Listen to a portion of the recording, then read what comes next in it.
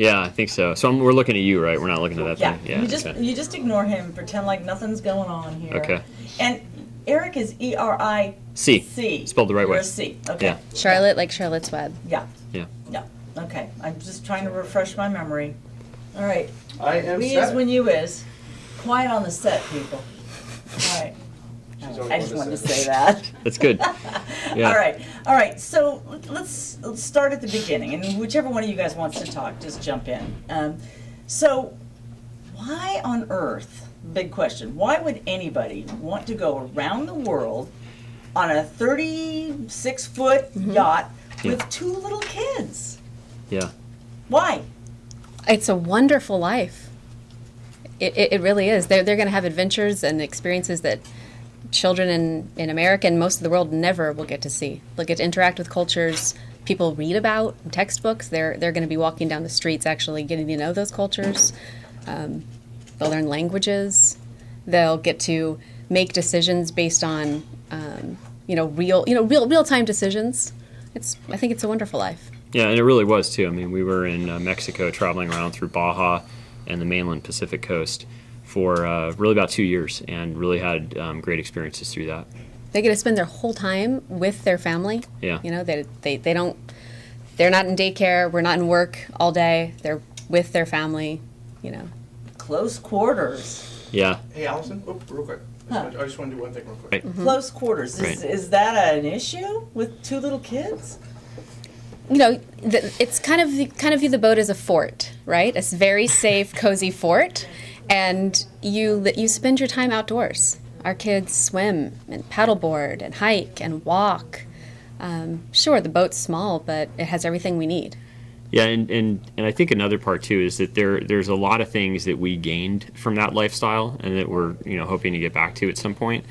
And I think it's really easy at first for people to look at a boat and go, oh, it's too small, because you're looking at taking your life and then basically just shrinking down your home to this boat-sized thing. But there's so much more going on than just moving into a smaller space. I mean, we saw dolphins jumping around everywhere. We would be able to see fish all over the place. We met people from different cultures. We got a chance to learn different languages. Our children got a chance to see more of the world than I ever got a chance to see growing up. And that was just in the start of our trip. So yeah, it's a little bit smaller, but if you go on vacation somewhere and you stay in a hotel, you're not sitting there thinking about the size of your small hotel because you're in this much bigger setting. And I think that's kind of how it shaped up for me. So it's all about adventure, sounds like. Yeah. And you sure had one. Yeah. We did. You guys maybe not the one you planned. Right. Definitely not the one we planned. So can you take me back to that day when you realized that your daughter Lyra, I have that right? Okay, that Lyra needed help. Tell me what you did, what was going through your mind when you're, way out at sea and this precious baby is in trouble. Well, when she first got sick, she's my second kid. Kids get sick. So when her first symptom showed up, okay, kids get fevers. Let's not freak out. Let's just notice it. And then the next symptom comes. Now she's got a rash. Okay. Now she's lethargic. Now she's not acting like herself. And as these symptoms accumulated, then we had to take a look at all of the symptoms and say, it's time to call a doctor. Let's see what they had to say. And you called the doctor. You right. used your satellite phone right. to call. Yeah, we called and emailed our physician in Mexico, the physician that we had been seeing for a bit while we were there, and told him. And we said, doctor, these are the things that we have on board. This is the medication we have on board. We loaded up in advance and worked with him and two other physicians actually to build up a good ship's medical locker, right, so that we would have the things that we would think we would need. And said, these are her symptoms. This is what she has. This is what we have. What can we do? And he gave us a treatment, and he said, this is what you need to do. And we followed that for the first, I think it was two or 3 days after we talked to him. We were going through that. Okay, so then, but you hit a turning point. Right. On April 3rd was when we realized that at that point, and I think for most parents that have given their children antibiotics, you're used to seeing a rather quick recovery. You're used to seeing it within 12, certainly 24, not really later than 48 hours. So we started noticing that there was really no improvement. And at that point, I decided I wanted to call the U.S. Coast Guard. So we called the Eastern Pacific Search and Rescue Coordination Center with the Coast Guard and advised them and said, this is what's going on. These are the symptoms she has. What should we do?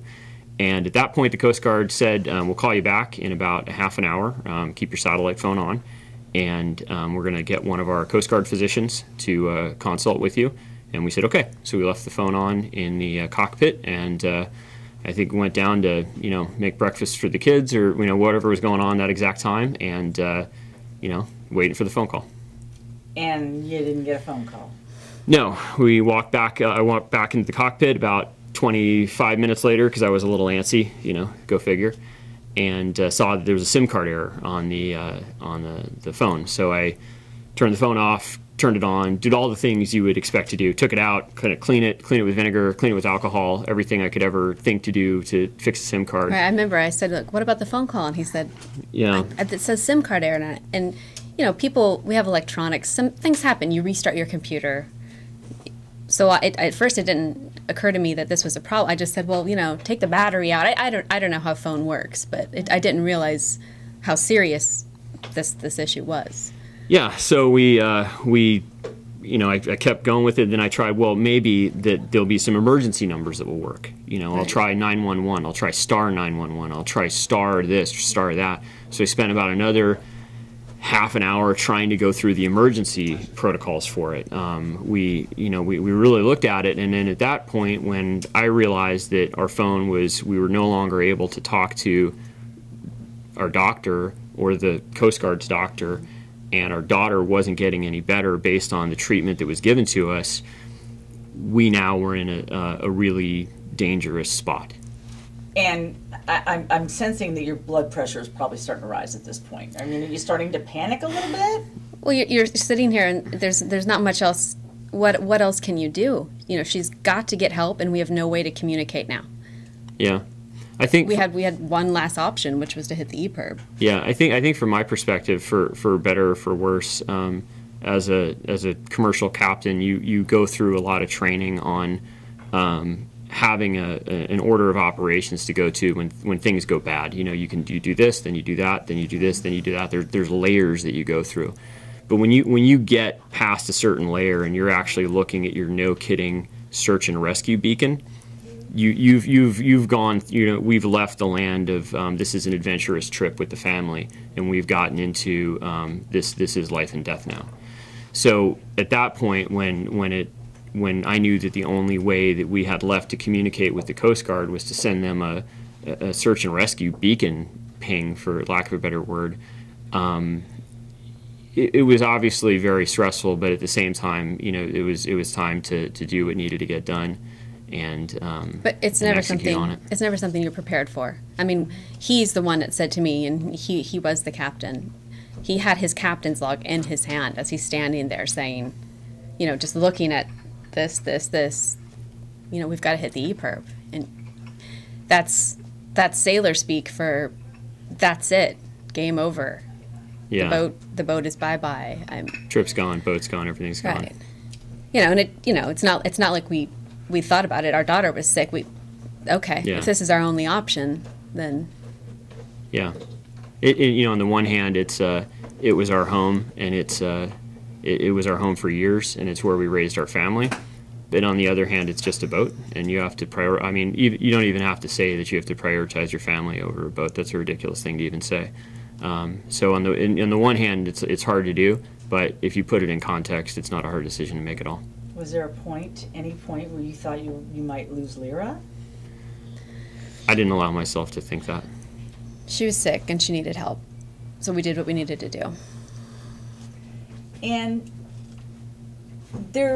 when all this was unfolding, the news we were getting here was that not only did you have a potentially gravely ill child, but that your boat was sinking. Right. There were some crazy news stories. Yeah. When we got back and saw the headlines, yeah. Which we didn't get a chance to see those because for the first 3 days, the California 129th, the pararescuemen from the 129th, which are amazing individuals, and I can't say enough great things about those guys. They were on board with us, and we got a little sporadic, it's in the news kind of comments when they were talking on their functioning satellite phones back to their commanders. And then when we were on the Vandegrift for another few days, we kind of got a little bit of it being a thing. But for the first week, really, we didn't hear anything. And so I think that was actually the biggest week that it was in the media. There was a bit of miscommunication as far as, one of the things that the rescue folks were looking to do was for us to get back to where we came from. It's a pretty reasonable thing to do. The problem is that we had gone downwind essentially through the easterly trades into the intertropical convergence zone for over 1,000 miles at that point, and it had taken just shy of about 3 weeks to get to that spot.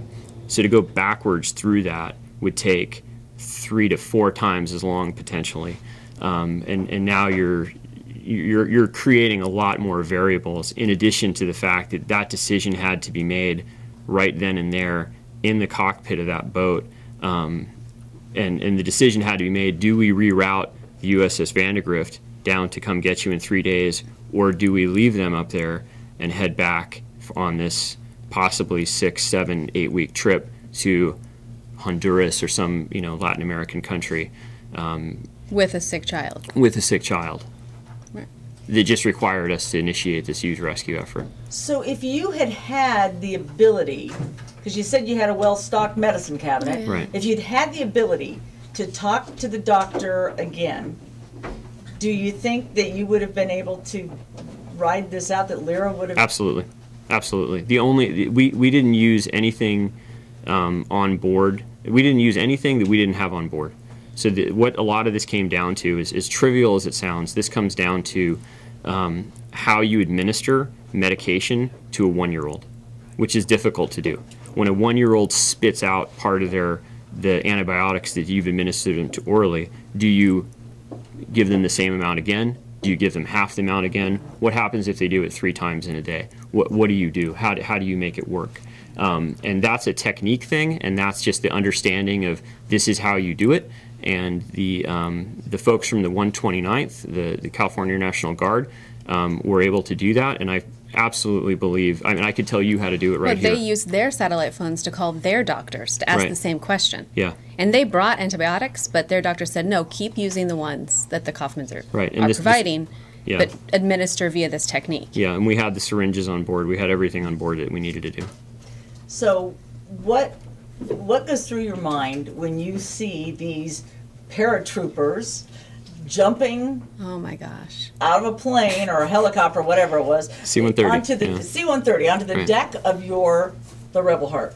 Well, they jumped into the water. Okay. And then we didn't see that process. And we saw, the parachutes coming down, and then they inflated their own rib. Yeah, rib. Right, and approached us in that, Okay. little boat. But at that point, it was almost dark, and I had both of the girls. I woke them up. I thought we were going to be getting off the boat, so I woke them up. They were in their full, water gear, life jackets, and by the time that they found our boat, it was almost dark, and they're wearing full black suits, covered, and they quite literally fall onto the decks because just trying to connect 2 boats in big seas is difficult. And my poor daughter Cora, the 3-year-old, was just terrified. We haven't seen humans in how many weeks, Yeah. and all of a sudden soldiers are coming and they're wearing black, and she started crying. And the very first guy who got on the boat was trying to tell her, it's okay, but he's all decked out. It was, Yeah. it was quite an experience. I don't think that I'll ever be able to convey properly the feeling of being quite literally in the middle of nowhere, and feeling that vulnerable, and feeling that disconnected from any support system that you need at that point, and then being able to see a C-130 fly out of the middle of nowhere. Quite literally out of the middle of nowhere, and these 4 guys. This is roughly 12 hours after we hit that EPIRB. These 4 guys that are highly trained, trained soldiers, trained medical professionals, incredibly decent people, are able to come and help us is something that I don't think I'll ever be able to really convey what that feels like. So you're thinking, we're saved, or what? Well, part of you is thinking, well, they just jumped out of the back of their plane, and we're on a little boat in the middle of the ocean, so what happens now? Yeah, I was thinking more like, and so begins the process, but what is the process? Yeah, what happens they just now? jumped out of a plane. We can't get up on a plane. Yeah. And the first guy who did get on the boat, as soon as he tried to calm down Cora, then addressed Lyra, who was very lethargic in my arms, and said, is this the baby? Is she normally this lethargic? Let's go down below. So, they were just professionals from the start. It was immediately, let's get on this boat and begin the process of taking care of this child. And they got right to it. They got right to it. They did. Yeah. They went down into the cockpit, and they were seasick. We were not.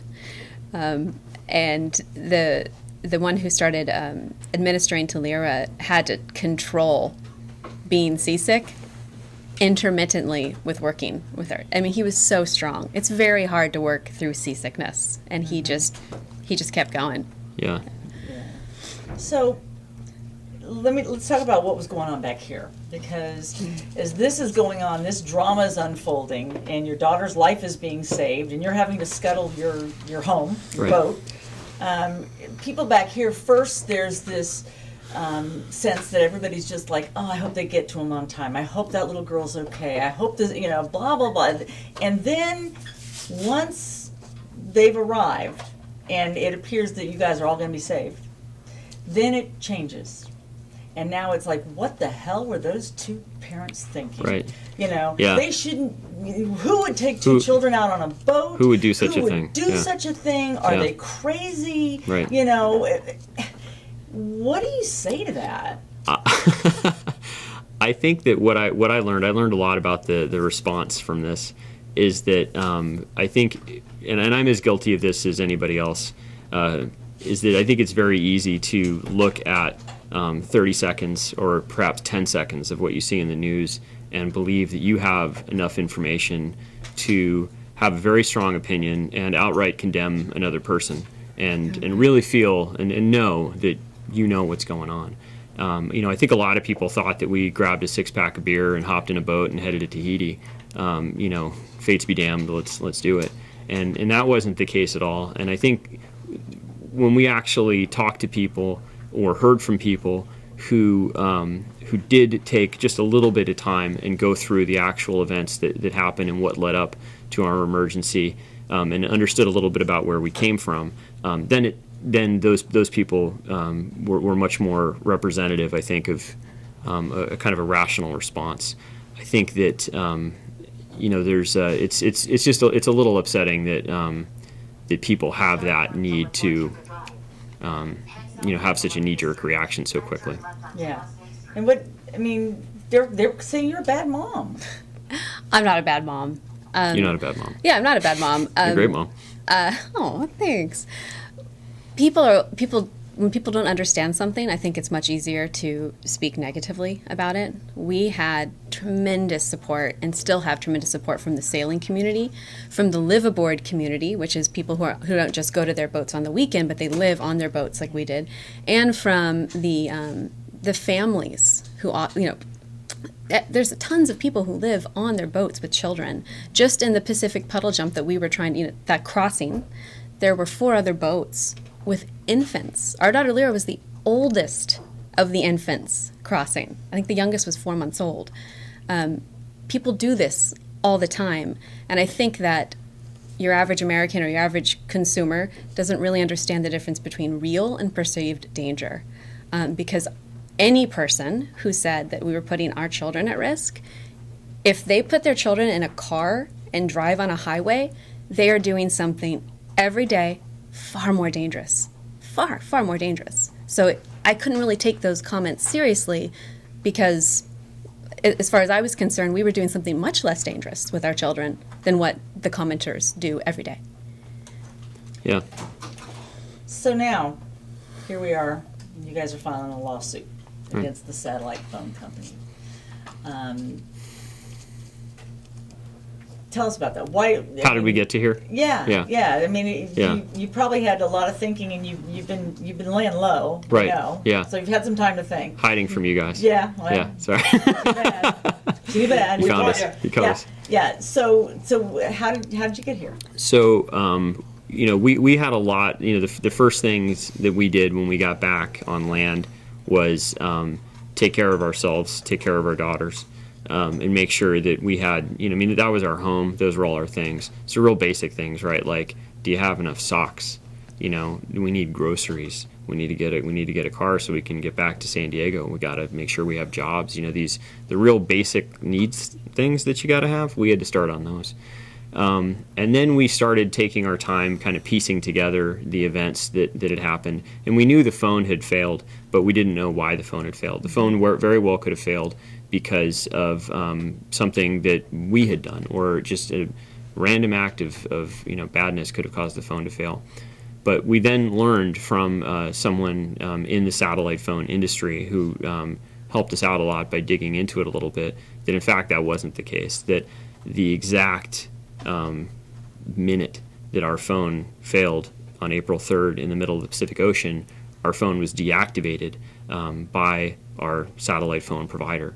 And we weren't notified about it. We weren't given any form of notification, certainly didn't acknowledge any form of notification.